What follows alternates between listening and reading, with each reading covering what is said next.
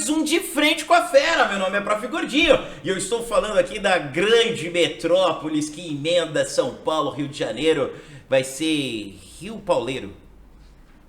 Horrível. Tá ótimo, mas vai. Cada episódio piora. Eu não sei, eu tentei.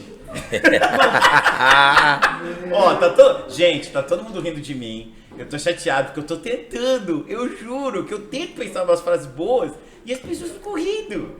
Mas meu nome é Gordinho e o episódio já começou, então vai. Bom, eu sou o Gustavo Pazinho II e o meu... Que? Eu sou Pauzinho do quê? Eu não entendi o segundo. Gustavo Pazinho II. Eu entendi aquele tipo assim, eu sou Pedro II, vocês sabem, eu sou... Gente, eu tô pirado hoje. Eu pensei, nossa, cara, o cara é um lorde, né, velho? Eu sou Pedro, né, Gustavo Pazinho II. Eu sou o Gustavo Pazinho II e o meu sabor de sorvete favorito é metropolitano. Nossa. Jesus! Não, foi melhor. Eu estou a semana inteira pensando nessa frase. Gente, o Bira do Jô Soares ia estar virando do avesso agora da risada. Essa é a estreia de Gustavo Pazinho, gente, aqui no nosso Ninho das Feras. Gente, tá de parabéns. Porque assim, ó, encontrei um símio.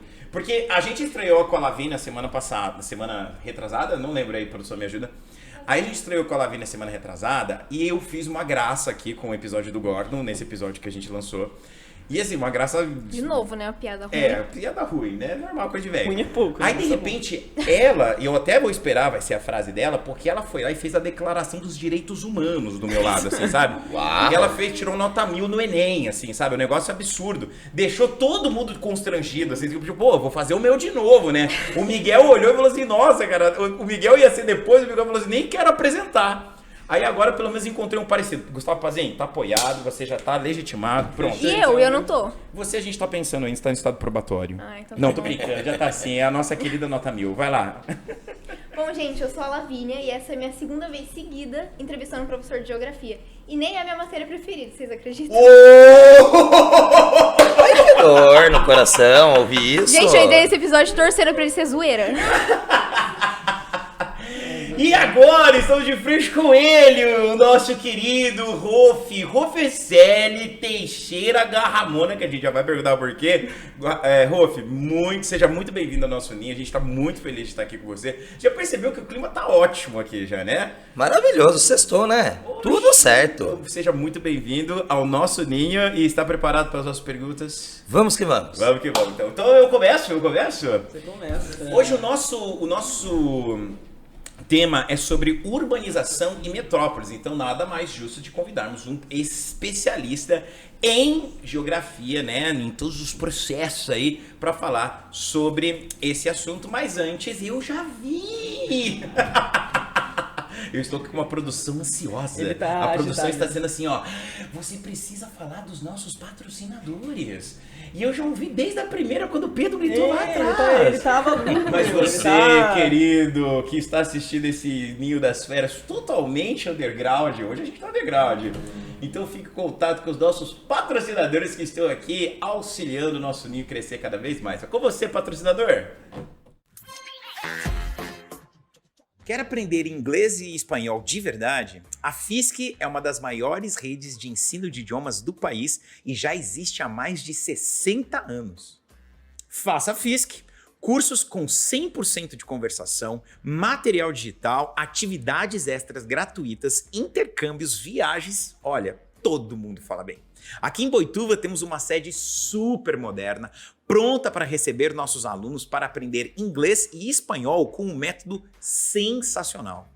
E para aqueles que estão assistindo ou ouvindo esse episódio do Ninho das Feras, nós temos um desconto especial. Chame-nos pelo WhatsApp até o dia 30 de abril de 2024. Diga que ouviu a propaganda da FISC aqui nesse episódio maravilhoso do Ninho das Feras, que nós lhe daremos um desconto especial, 20% dos cursos. Afinal de contas, FISC, inglês e espanhol é FISC. Inglês e espanhol é FISC, inglês e espanhol é FISC.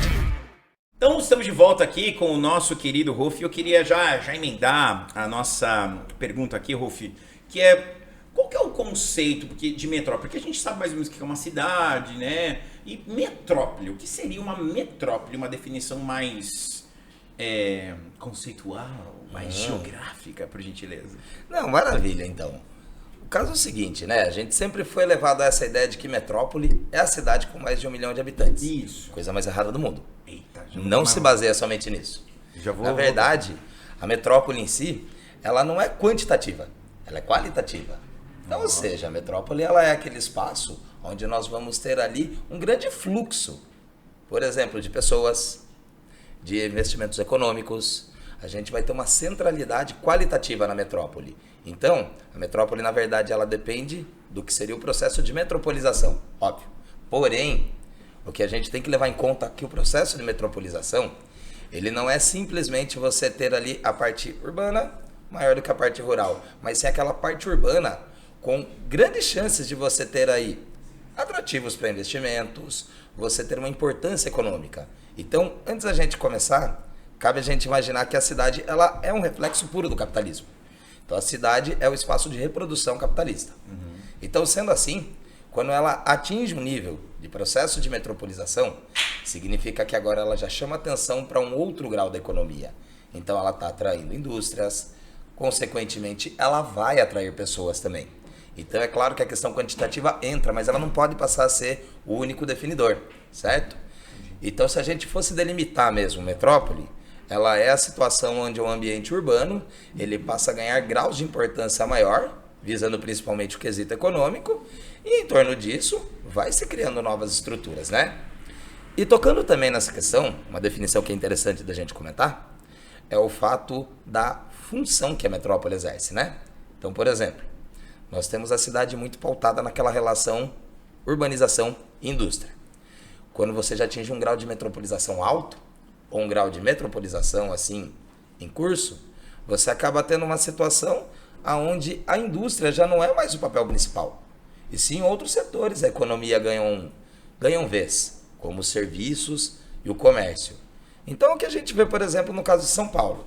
São Paulo não é mais um local totalmente industrial, conhecido pelos galpões ou pelas vilas operárias. Ela é conhecida pela representação de empresas, pela sede de empresas, pelo quanto ela está conectada também e quanto ela representa de importância no cenário global. Então, a importância da metrópole, eu posso dizer que ela é muito mais qualitativa. Então, por isso, a gente tem um processo que envolve ela e esse processo é que vai dar qualidade. Mas sempre no viés econômico, né? Como falei, é uma representação do capitalismo. Deixa eu ver se eu entendi. Então, eu já estou fazendo minhas coligações aqui. Como ela não está ligada muito à questão do tamanho, de quantidade, como você falou, mas de qualidade, me veio à cabeça aqui a cidade de Indaiatuba. Sim. Indaiatuba, no caso, é uma cidade próxima a Campinas e fica entre Campinas e Sorocaba, só que é uma cidade extremamente industrializada, uma cidade que já tem também o processo, um campo industrial muito grande, muito completo, muito riquíssimo. Tem uma urbanização bem acentuada, né? Com projeções de parques verticais, projeção de bairros com um plano diretor muito forte já na cidade. A parte a rural já é menor, né? Porque ela já meio que já encosta em outros centros urbanos, né? Encosta em Campinas, encosta em Salto, Itu. Isso. Então isso significa que ela não tem uma população muito grande. Eu acho que Indaiatuba deve estar com 200, 250, quase 300 mil habitantes. Mas eu poderia já começar a considerá-la uma metrópole? Indaiatuba em si não, mas como participante de uma região metropolitana, que no caso está agregada a Campinas, sim. E até como você colocou, né? A característica industrial dela ainda é muito forte, né? Então, ou seja, ela ainda vive esse momento industrial. Ela não deu o próximo passo. Campinas, é claro que também apresenta um parque industrial muito forte, só que em compensação, né? Ela também está apresentando já o outro setor se destacando. Exato. Então, ou seja, Campinas, além de São Paulo, poderia ser considerada como outro polo onde o processo de metropolização está em curso. Então aí entra o caso até que você comentou, dela encostar, né, dela conurbar com outras cidades. Então, ou seja... Que conurbação. Olha, você viu que termo lindo, né? Isso eu sabia, gente. Mas é curioso que daí a gente coloca lá no Word, ele considera errado. Isso é verdade. Ou seja, nem o Word tá aguentando a gente. Rolf, a gente sabe que metrópole não é uma coisa atual. As primeiras foram há 5.000 anos atrás. Só que O que diferencia as metrópoles atuais das antigas? No caso, a gente tem a definição de metrópole, né? Pensando lá na questão da polis grega, da cidade-estado, como um centro político, um centro onde você consegue ter decisões legais sobre uma população que está ali presente, né? Sim. Então, as primeiras cidades fundadas, elas tinham essa função político-militar.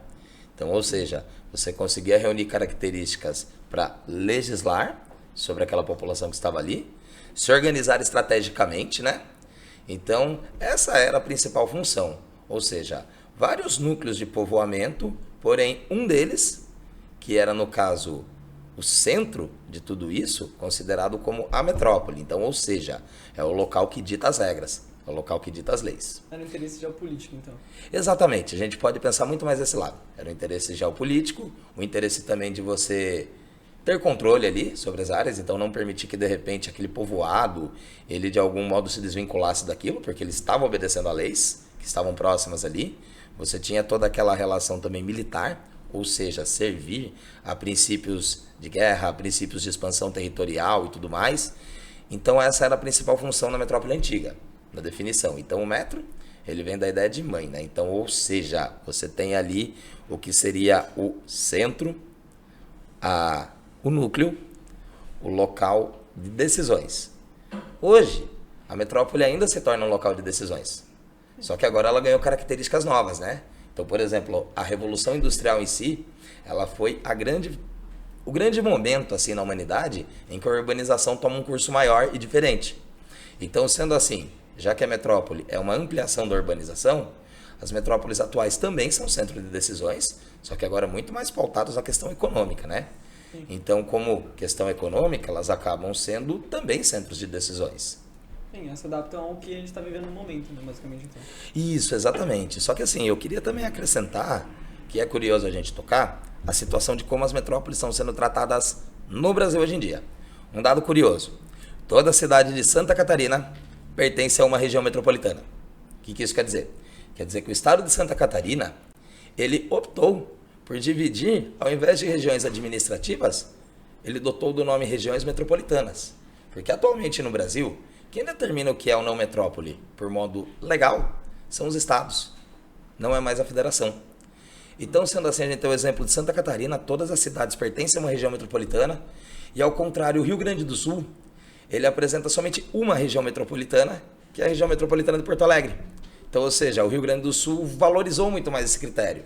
Santa Catarina, em termos, banalizou. E no caso do estado de São Paulo, também está tendo uma certa banalização. Então, a gente tem hoje a região metropolitana de Sorocaba, a de Campinas, a de Ribeirão Preto, a da Baixada Santista, a do Vale do Paraíba, Litoral Norte. Só que assim, elas são definidas como metrópoles pela lei. Agora, em termos técnicos mesmo, o processo de metropolização não está ocorrendo em todas, certo? Então, infelizmente, no Brasil se deu uma banalizada nesse conceito. Nós sabemos que com a expansão das cidades, a natureza vem sendo esquecida. E então é possível a preservação ambiental coexistir com a urbanização? Olha, isso vai depender muito do modelo de urbanização seguido. Que assim, a gente tem que dividir um pouco as características da urbanização nos países desenvolvidos, que eles já trazem uma urbanização muito mais antiga.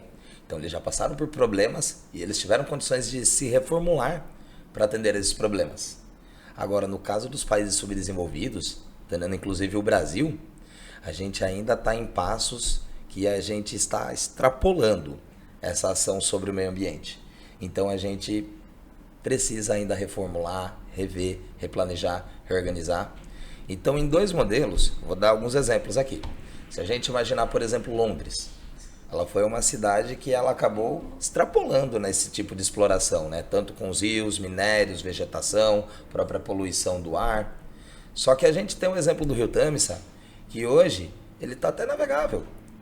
Hoje ele foi completamente limpo, um rio que foi considerado morto na década de 50, teve-se um processo muito intenso de recuperação dele. Então, por exemplo, por tudo que Londres já viveu, eles entendem que agora o próximo passo é você ter uma consciência ambiental junto com o que eles já construíram de urbanização. No caso dos países subdesenvolvidos, isso é um pouco mais difícil, porque além deles estarem ainda num grau inicial da urbanização, eles também convivem com a questão exploratória, que é da própria economia capitalista. Então, ou seja, Um extrativismo exacerbado, assim? o extrativismo exacerbado, também a questão de que os países desenvolvidos, que são a sede das grandes empresas, eles não ficam mais com a poluição, com os problemas causados pela produção, né? Eles jogam isso para os países subdesenvolvidos. Então acaba que eles estão sendo os grandes afetados. Então, primeiro, existe o fato de você tentar criar condições para vencer esse modelo, o que no caso dos países subdesenvolvidos já é uma barreira muito grande.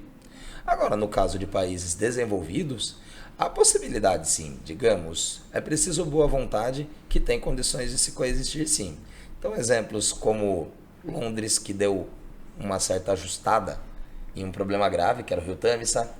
Holanda, por exemplo, com os polders, toda aquela parte em que você teve, apesar daquele avanço no mar, mas você também contribuiu de uma outra forma positiva, né?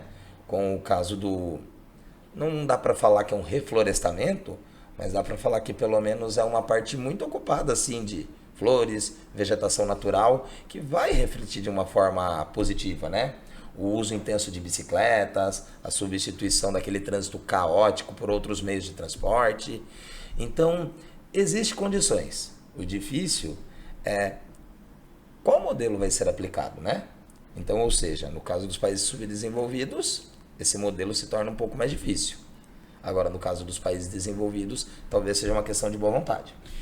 Será que isso, não sei, uma curiosidade que me deu isso tem um pouco a ver de quando a gente chega em algumas cidades, por exemplo, a gente em São Paulo, prédio sem nenhuma árvore.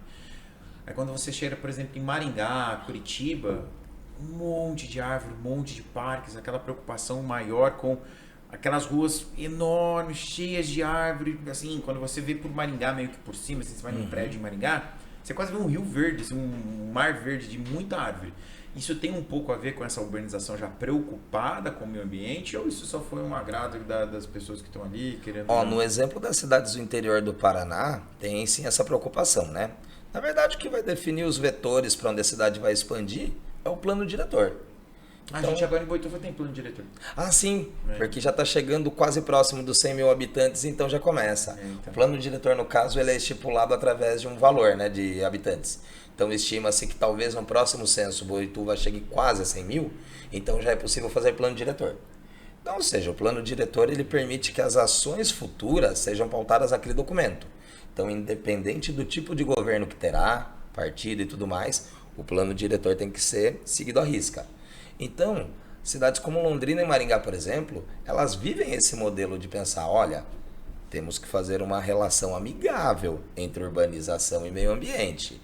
Então, isso já definido em plano diretor se mantém. É diferente de certos locais, como por exemplo aqui em São Paulo, eu não vou colocar só também a região metropolitana de São Paulo, mas o trajeto vindo de São Paulo para Sorocaba, né? É um trajeto que foi altamente explorado. Por quê? Por conta da densidade econômica que aqui foi colocada, então não se foi respeitado no plano diretor, principalmente de Sorocaba, boa parte das áreas verdes, em outras cidades à margem das rodovias também não. Então a gente vê que poucas cidades levam esse modelo a sério. Tem condições de levar? Tem, mas são poucos os exemplos que a gente pode colocar aqui, viu?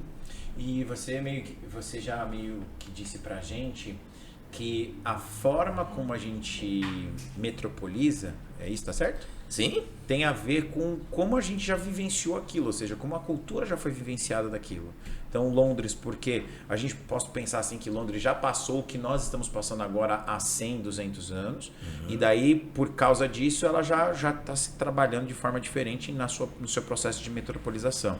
Fora também que daí eles também espertinhos, né, mandaram tudo para cá, o que polui, tudo para cá, o que não presta. Aí fica fácil, e né? daí fica fácil. Mas a cultura, ela tem a cultura dos povos. Por exemplo, a cultura oriental, a cultura do Oriente Médio, culturas europeias e a cultura americana, africana, elas interferem muito no processo de metropolização? Interferem. Interferem pelo fato de que cada uma dá suas características Por exemplo, também, quando a gente né? pega Nairobi, que é uma cidade que está explodindo, né? E tá meio que descontrolado, assim. Chegou um ponto, a gente tem um monte de gente junto. A gente pega o Arthur mesmo, que agora foi para Índia, foi né? pra Índia lá, a gente chega a Nova Delhi, que é aquela explosão demográfica absurda. Mumbai, que é um exemplo caótico, Hong Kong. Na verdade, a cultura tem sim a sua influência sobre isso, né? É a cultura quem vai dar as características do que seriam as funções a serem exercidas pela cidade, né? Só que aí a gente vai entrar num par que ele é um pouco, vamos dizer assim, contraditório.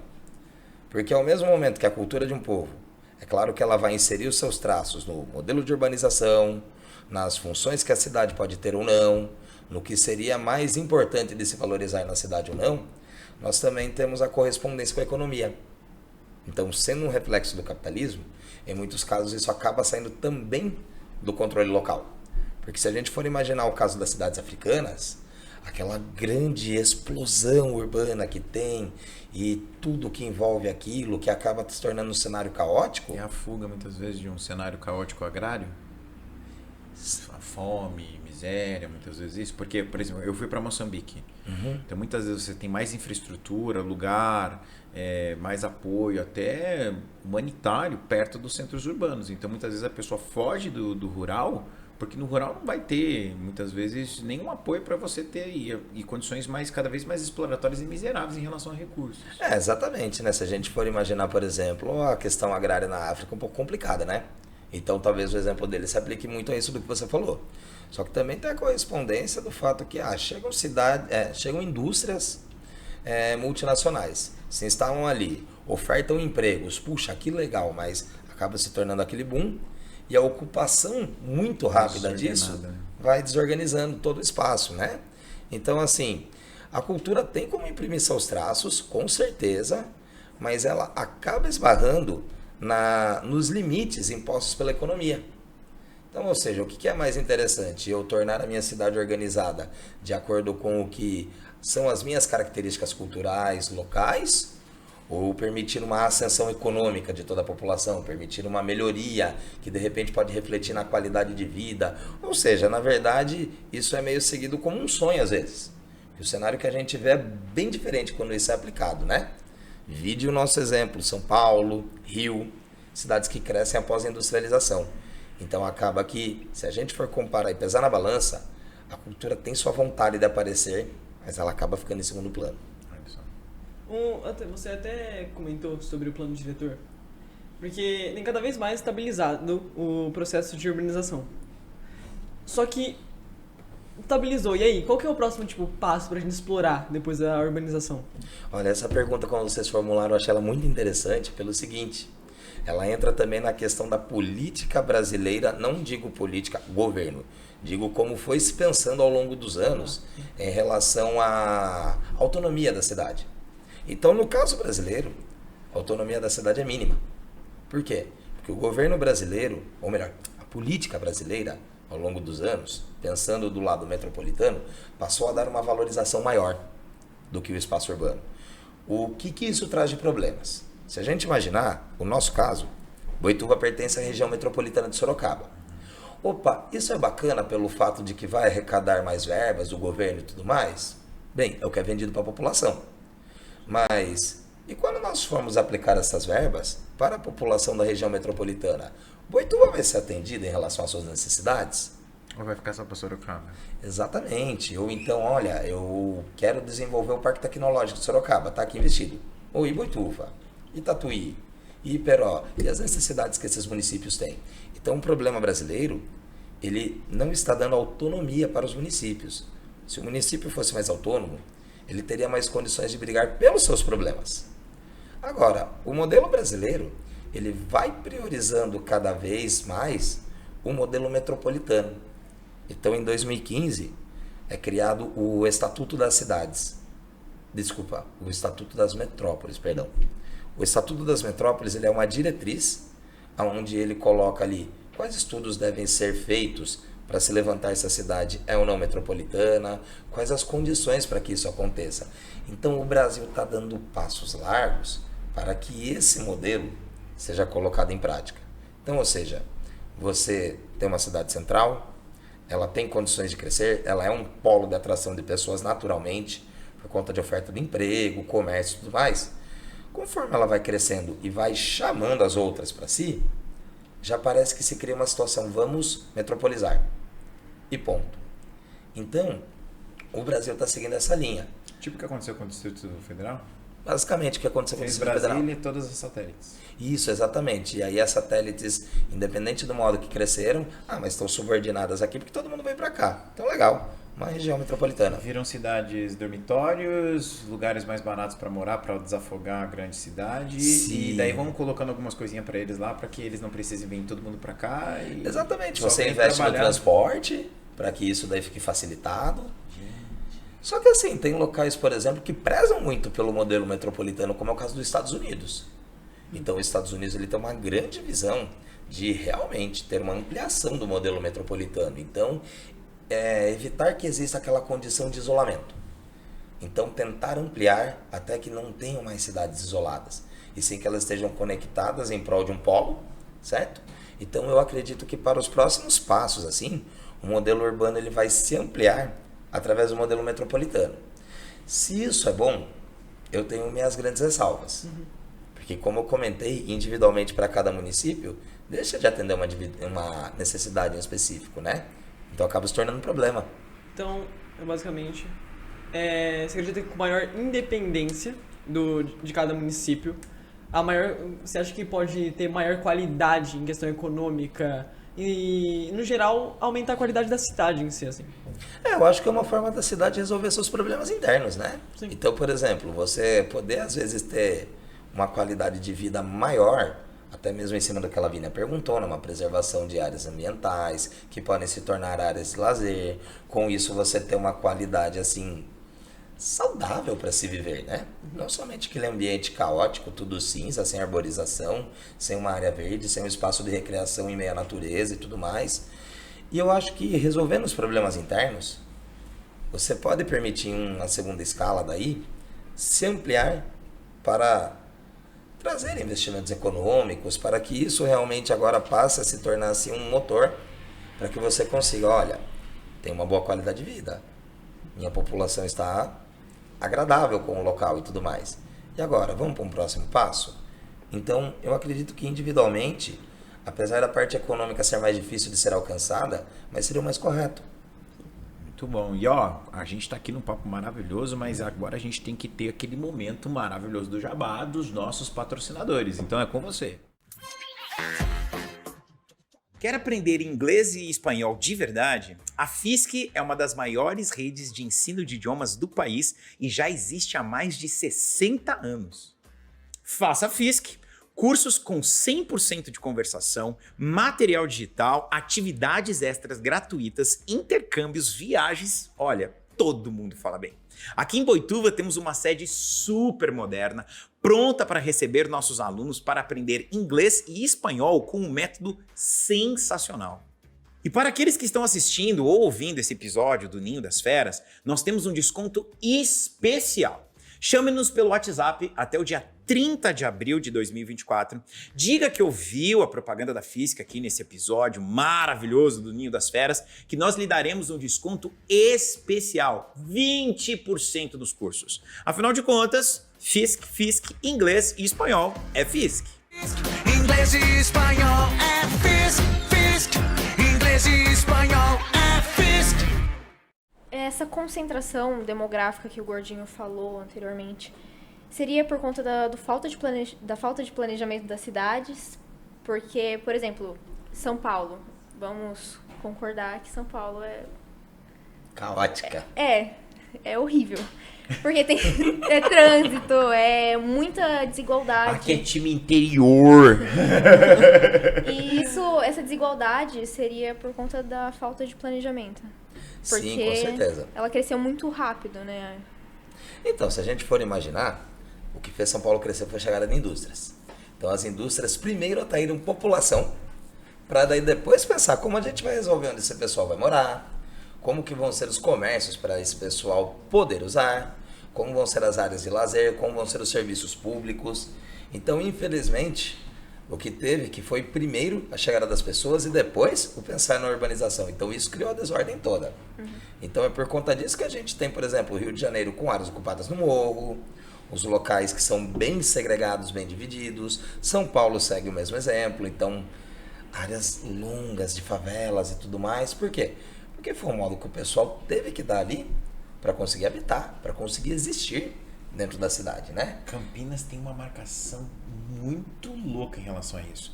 Porque eu estudei lá, e daí assim, Campinas tem a ideia do centro dela, e daí ela tem um morro, né, pra baixo assim, e daí tem a área de onde ficou as primeiras indústrias. E tem um túnel que liga, que você passa o morro, assim, sabe? Então você passa o morro e vai subindo ele para você chegar na área central. Tem um túnel tanto dos carros e tem um túnel de pedestres. Até hoje existe túnel. Olha que bacana. Bem bacana. Só que olha que interessante. Então, na área que ficou as indústrias, ficaram os bairros mais populares. E na área da Alta Campinas, ficou a área mais nobre de Campinas. Sim. E daí o que acontecia? A gente vai lá fazer um passeio, eles trancavam o túnel à noite. Depois dava 6 horas, as pessoas passavam ali, né? Quem tinha que passar, quem eram os chefes das indústrias subiam para sua região e daí eles iam lá e trancavam para que as pessoas da baixa não subissem para de cima. E também as pessoas de cima ficassem mais seguras, no caso, né? Puxa vida, né? E daí olha o que começou a acontecer. Aí a industrialização de Campinas começou a acontecer assim. Aí a gente tem a Anhanguera e depois a Bandeirantes lá na frente e o aeroporto bem afastado. Então a zona popular inteira de Campinas aí a gente tem Campinas assim, zona de Barão Geraldo e distritos de Sousas lá em cima, que é bem nobre. Aí a gente tem a parte grande de Campinas, central, tudo que daí o centro se desglamoriza depois ao longo do processo de urbanização. Aí a gente vai ter entre a Anhanguera e Bandeirantes uma faixa popular, depois da Bandeirantes outra faixa popular em região dos diques. Então assim, Campinas é toda dividida em camadas, assim, sabe? É bem louco de ver isso. A Unicamp fica em qual camada? A Unicamp fica lá na frente de Barão Geraldo, lá nos Playba. Ixi, da gente pra lá, tem que atravessar quase Campinas toda. Exatamente, é muito louco. Então, assim, eu trabalhava na região dos diques. Então, eu morava perto da Unicamp, que é na região de Barão Geraldo, distrito de Barão Geraldo. A gente, para chegar na região dos diques, é 1h30 pela estrada, assim, sabe? Um pouco menos, exagerei, uns 50 minutos. Para você passar de ônibus, 2 horas. Aí sim, 1h30. Tanto que eu tinha muitos alunos que nunca tinham ido para o centro de Campinas. É muito, assim, é uma coisa que quando eu conto para eles não acreditam, mas era muito comum, assim, eles falavam assim, não, porque dizer, e como é que é lá? Eu falo assim, lá onde, filho? Lá no centro, assim. Eu falo, como assim? Eles falam, porque eles nunca tinham saído da região ali eu trabalhava na Vila Palmeiras, que é a região de São Domingos, ali bem na frente do aeroporto, eles nunca tinham ido para o centro de Campinas. Olha, isso daí chama atenção para um detalhe que seria um dos livros até mais curiosos referente à urbanização, que é o Direito à Cidade, que é do Henri Lefebvre. Ele foi lançado na década de 60, ele fala os casos mais populares da Europa, mas ainda assim, ele é muito válido para o Brasil. Que nem o exemplo que você citou. Que direito essa pessoa tem a cidade? Ela não conhece o centro da cidade? Agora, imagine como é a dependência dela em serviços públicos, né? Se não chega no bairro, ela não tem. Então, no caso, voltando até o que a Lavínia havia comentado aqui, com relação aí à desigualdade que foi criada e tudo mais, então se a gente for imaginar, infelizmente o processo que guiou tudo isso foi a industrialização. Então o que veio em seguida veio sem planejamento algum.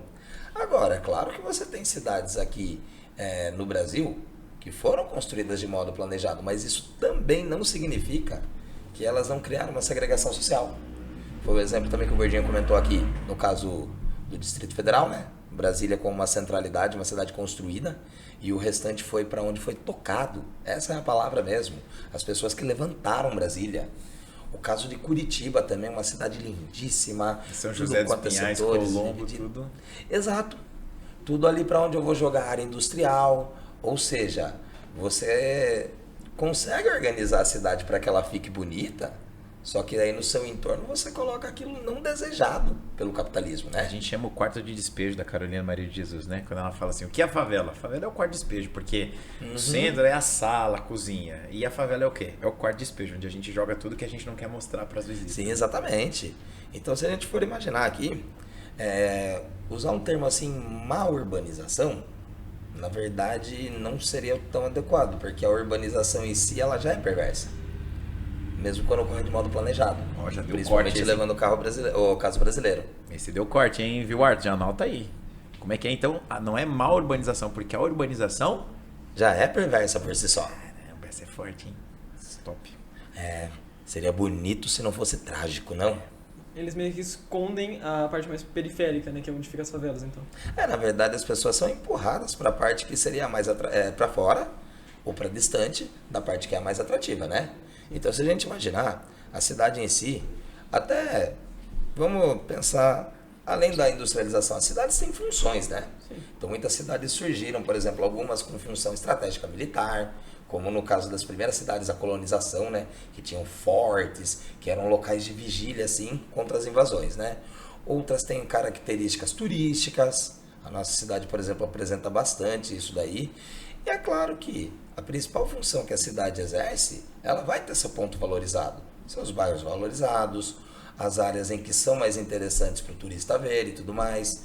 Então, daí, acaba que você valoriza essas áreas com a especulação imobiliária. E a população que tem assim uma condição um pouco mais precária, ela acaba não participando desse processo. Então, ela sobrevive, não vive na cidade, ela busca condições de viver. Regiões menos centrais, no caso, normalmente. Exatamente. Mas também, cabe aqui uma consideração que os processos aqui de, vamos dizer, ressignificação do centro vem ocorrendo em grande escala em vários lugares. Hoje você passa no centro de São Paulo, já não tem mais o mesmo valor, o de Campinas, o de Sorocaba acontece o mesmo. É muito comum as pessoas fazerem um novo centro da cidade, né? Exatamente. Boituva aconteceu isso, aliás. Boituva, você fala muito que a parte daqui de cima é o novo centro, né? Olha, Boituva, eu acho muito curioso que eu comecei aqui em 2014 e eu consegui notar o crescimento desse bairro. Hoje ele está muito surreal do que eu imaginava, tal e tudo mais. E realmente é bem nítida a fragmentação que existe aqui, né? Você consegue notar bem dessa área até o centro e do centro para lá. Você viu que o Gil, nosso departamento de marketing, beijo Gil, ele fez um videozinho de como aqui era em 2008, Eu vi. 2010. Foi 11. 2011, né? Como Foi. era 2011 como é agora, né, Gil? Não, é ótimo. Já separei para aula de urbanização já do pessoal do terceiro. Achei fabuloso. Bom, agora uma pergunta mais pessoal.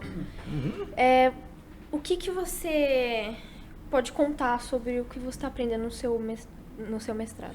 Olha, eu vou dar uma conclusão inesperada, viu? No meu mestrado, eu tô fazendo... Eu felizmente já defendi. Só estou terminando agora os ajustes finais, entregar lá a versão final e ganhar o direito ao diploma. Que chique. Finalmente. 3 anos depois. Aí mas teremos chegou. um Mestre Wallah. Mais um. Eles não vão saber o que é isso. Nossa, não vão entender quem é realmente, né? Golias, não vão entender isso. Vocês sabem o que é isso? Não, gordinho, eu não sou velho, Não? né? Vocês sabem? Nem ideia. Não, deu um sorriso falso mesmo. Eu acho que se vocês verem, vocês não vão ver graça. Vocês vão olhar a gente com 2 idiotas. Não. É daquele tempo onde o humor era muito antigo. A gente tinha um humorista chamado Golias. Ele era da Praça é Nossa. E daí o que acontece? Ele tinha um que ele fazia o mestre. Daí as pessoas chegavam assim, era como se chegasse um cara todo, eu sou o mestre. E daí as pessoas chegavam e se ajoelhavam na frente dele e falavam, mestre, nos ensine. Então, tipo, gente, nem coloque isso no YouTube, que é muito. Gente, é humor antigo, sabe? Aquele humor de Ari Toledo, essas coisas. Muito hoje completamente fora de um processo de politicamente correto. E faziam perguntas pra ele, e ele fazia umas respostas bem antigas, assim, e daí, para ele responder, eles falavam, toda vez que chamavam ele de mestre, ele, Wallah! Fazia essa graça. E ele é todo caracterizado com roupas árabes, assim, sabe? É antigo, gente, por isso que é antigo, desculpa, então. A gente denuncia a nossa idade. Não, daí a gente fala pra ele, você falou ainda, não, era da Praça é Nossa, pronto, eles já tiraram as conclusões já. Coisa Já de foi tiozão longe, do pavê, né? Mas voltando na questão, então, do mestrado em si, finalmente, estudei, então, como foi esse processo de formação da região metropolitana de Sorocaba. Eu cheguei numa conclusão que ela não deveria ser estabelecida como região metropolitana. Se quisesse verbas do governo, você teria condições de colocar como uma legislação que ela fosse um aglomerado urbano, que é o caso de Piracicaba, de Jundiaí, da região Bragantina ali. Então, o aglomerado urbano, ele também tem um amparo do governo federal. Ele também pode receber verbas do Ministério das Cidades e tudo mais. Então, o caso de Sorocaba foi meio que forçado por força política. Então, assim, Sorocaba historicamente foi uma cidade que até 1920 era A segunda mais importante após São Paulo. Na década de 30, Campinas ganha esse posto. Por conta dos investimentos que os barões do café fizeram em indústria, foram muito mais imponentes, a ferrovia se desenvolveu muito mais, então Campinas passa a ser a segunda centralidade do estado de São Paulo. Só que isso historicamente foi crescendo assim com Sorocaba, tipo, tem sua importância, tem sua importância. Então chega-se no momento, os vereadores sorocabanos, alguns deputados estaduais, vão brigar para que ela para que ela seja titulada como região metropolitana. Porém, quais foram os ganhos que isso trouxe? Até agora nós não vimos. Então, é aí que está a questão. O que eu consegui levantar é que ela não deveria ser dotada desse título. Ela não passa ainda por um processo de metropolização como Campinas, por exemplo. Vou dar uma situação assim. Se vocês forem lá no Google Maps e ampliarem ali a região metropolitana de Campinas, vocês vão ver que entre Campinas e os municípios vizinhos, a vegetação está reduzindo. Conurbação total. Exatamente, a conurbação está muito avançada. E no caso de Sorocaba não é assim. Não. Você tem conurbação com Votorantim, só que Votorantim é um município que pertence, era um bairro de Sorocaba. Então ele emancipou. Então, obviamente, ele vai estar ali do lado. Agora, Não qualquer foi outra porque- cidade tem expansão, né? Salto de Pirapora, a gente aqui, Exatamente. Porto Feliz. Você nota na rodovia o espaço de áreas rurais entre uma e outra. Então, ou seja, não temos essas características bem definidas, né? Precisaria esperar para ter? Eu acredito que sim. Eu acredito que não seria ganho nenhum para os outros municípios em si agora estarem participando da região metropolitana de Sorocaba. Inclusive, há prefeitos que contestam isso. Dizem que em muitas reuniões as exigências que eles têm não são atendidas. Lembrando que quando você não concorda com a metropolização, não significa que você não quer que Sorocaba seja boa, que você... É pelo Exato. contrário, né? Você fala assim, eu não quero... Quando eu estudei e verifiquei isso, não significa que eu não quero que Sorocaba se desenvolva. Até prefere. Eu creio que você não quer que exista uma conurbação entre os nossos municípios. Você quer que continue só as áreas rurais, a agricultura familiares aqui no meio, ou não?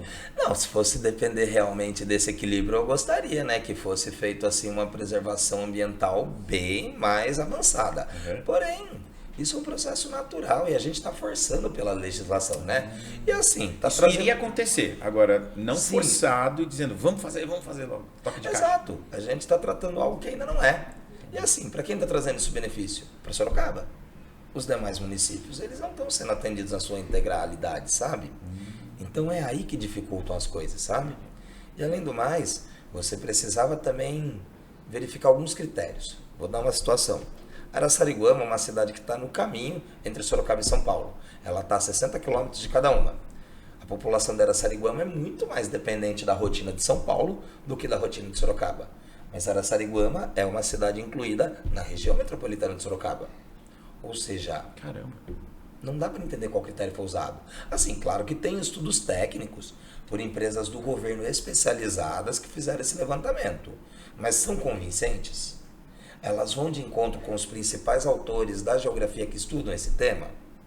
Então é aí que ficam os questionamentos que eu acabei levantando durante a realização aí da dissertação de mestrado, certo? E tu ficou para a região de Sorocaba? Ficou e ficou como subcentro. Nós temos 3 subcentros. Seria Sorocaba, Tatuí e Itu. Então Itu do vetor oeste, Tatuí do vetor leste e Sorocaba do vetor central.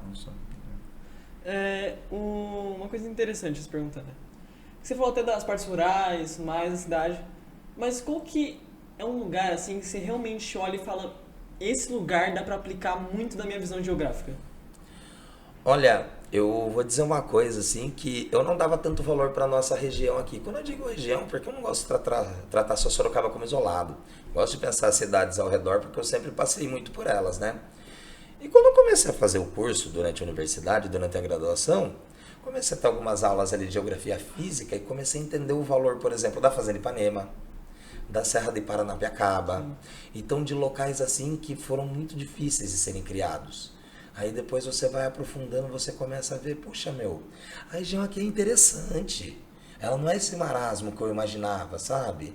Não é porque tem municípios com características agrícolas que são menos importantes, não é por conta que São Paulo está muito perto, então chama toda a atenção para ela, que a gente passa a ser desinteressante, sabe? Então eu diria a nossa região aqui como um local bem bacana. E eu vou além ainda, sabe? Tem um hobby que eu gosto muito, que é pedalar.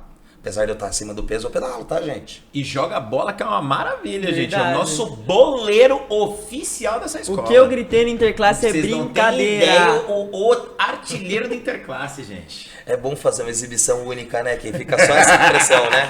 Nesse ano você já tá escalado pro time dos professores. Mas se eu jogar mal, vai quebrar Você é o essa nosso, imagem. você é a nossa estrela. Eu vou Rolf. deixar de ser herói das crianças do 7º ano, primeiro É jogando impossível bola. você jogar mal, Hulk, é impossível. Impossível. Então, mas pensando na parte aqui do ciclismo e tudo mais, então eu notei que a nossa região também é muito interessante para que você explore trilhas de bike, sabe? Então você consegue em locais com cachoeira, você consegue em locais de mata fechada. Se você quiser sair disso e pegar estradas longas, você tem esse acesso também. Então eu acho que essa parte aqui da nossa região em si, quando eu comecei a entender melhor o que era geografia, eu comecei a dar mais valor para ela.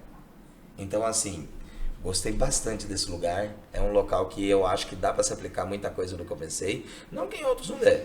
A gente sai já com um olhar pré-estabelecido, né, gordinho? A gente já sai olhando e pensando muito do que a gente já viu, vê, compara. Mas eu valorizaria bem a nossa região nesse ponto. Na verdade, eu passei a valorizar mais, Gustavo. A geografia te deu maior otimismo no seu olhar. Com certeza, deu. Assim, para nossa região, para outras, infelizmente, eu olhei assim com, com mais Traz desdém, maior sabe? realidade na sua visão, né? Oi, perdão? Traz maior realidade. Você vê aquilo com uns olhos mais lógicos, assim.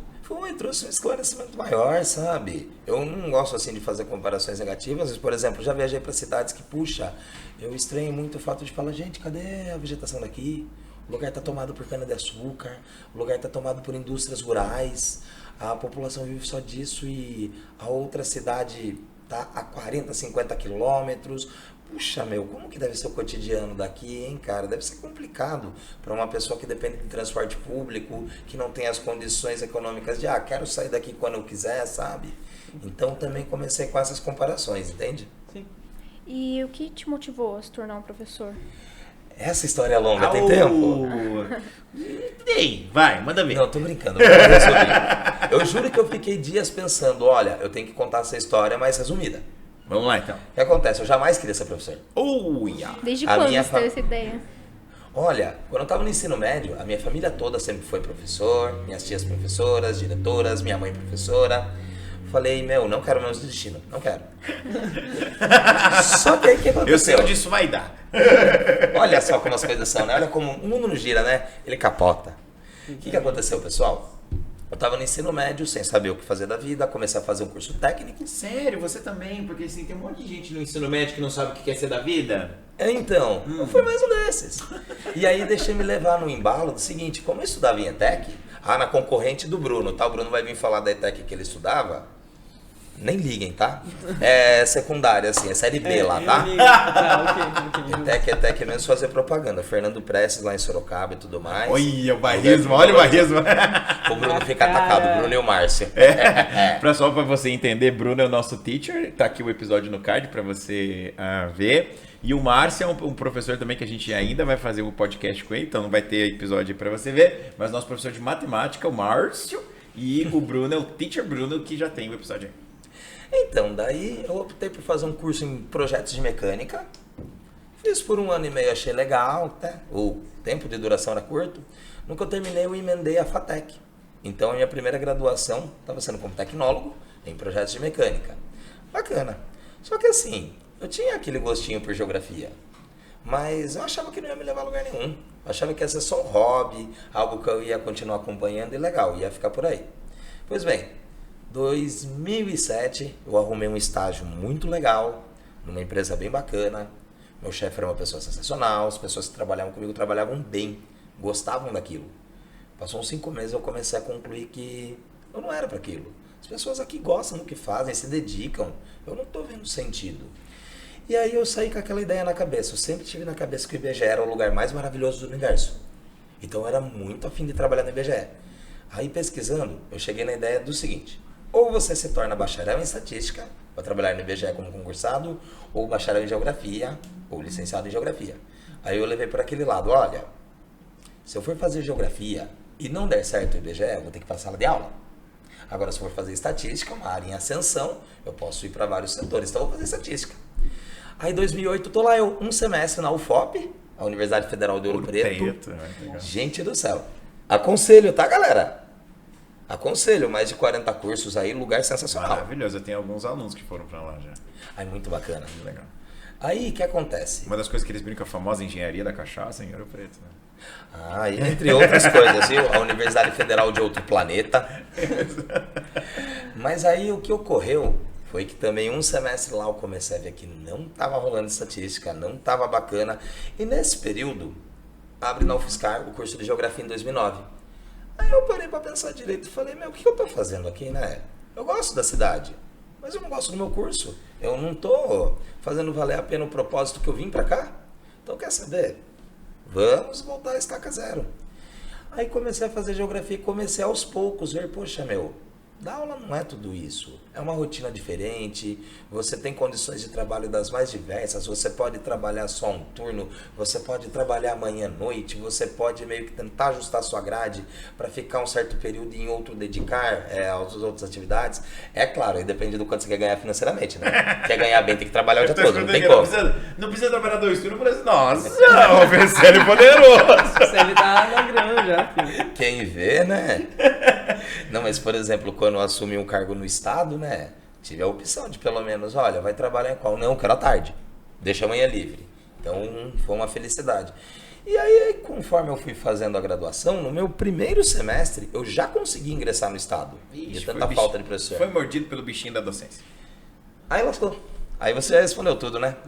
Então, ou seja, eu tive aí uma resistência para até um certo momento eu chegar e falar, olha, realmente não é algo ruim. Eu gosto de contato com o público, gosto de contato com adolescente, com criança. Então isso daí acabou que aos poucos foi se encaixando. Eu pude provar e acabei gostando.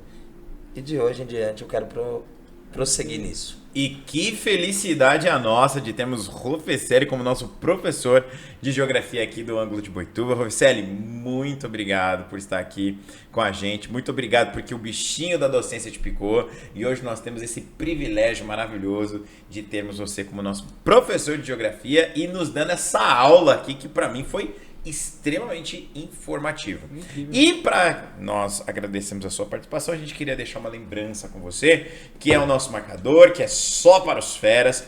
Então aqui aceita com todo amor, carinho. Salve de palmas para o nosso querido Roveselli. Querido Rolf dos nossos corações. Então, Roveselli, muito obrigado por você ter vindo aqui participar do nosso Ninho das Feras. Gente, o privilégio é meu. Eu é que agradeço. Agradeço muito pelo projeto que você colocou todo esse pessoal para se engajar junto. Aí. Gente, parabéns aí pelo engajamento de todos vocês, certo? Parabéns aí pela estreia do Gustavo, a Lavínia que tá no 2º episódio, o pessoal que tá ali de fora, gente, ó. Olha só, todo mundo. De parabéns, viu? E para você que está nos assistindo, muito obrigado por você ter assistido aqui, aprendido esta aula de geografia maravilhosa. Não esqueça de curtir esse episódio, compartilhar com as pessoas aí. Estamos deixando também o nosso QR Code, você quer virar o nosso patrocinador também, né? Esse QR Code aqui vai direcionar você a um formulário para que você responda algumas perguntas se você tem interesse em patrocínio. E também não esqueça de ativar o sininho para quando você receber toda semana. Cara, toda semana a gente tá fazendo episódio, hein, cara? Que loucura, né? A gente começou o Ninho das Feras com episódios de 20, 30 dias. A gente tá fazendo episódio toda semana pra você. Então a gente tá com muito empenho, muita dedicação. Então isso é muito bacana. E não esqueça, a gente tem outras redes sociais, no Instagram, a gente também tem no Spotify para você verificar. Ou seja, tá cheio de muita novidade. Ativa o sininho para que você receba aí cada vez mais as notificações. Muito obrigado por nos acompanhar até aqui. Beijo do gordinho e tchau!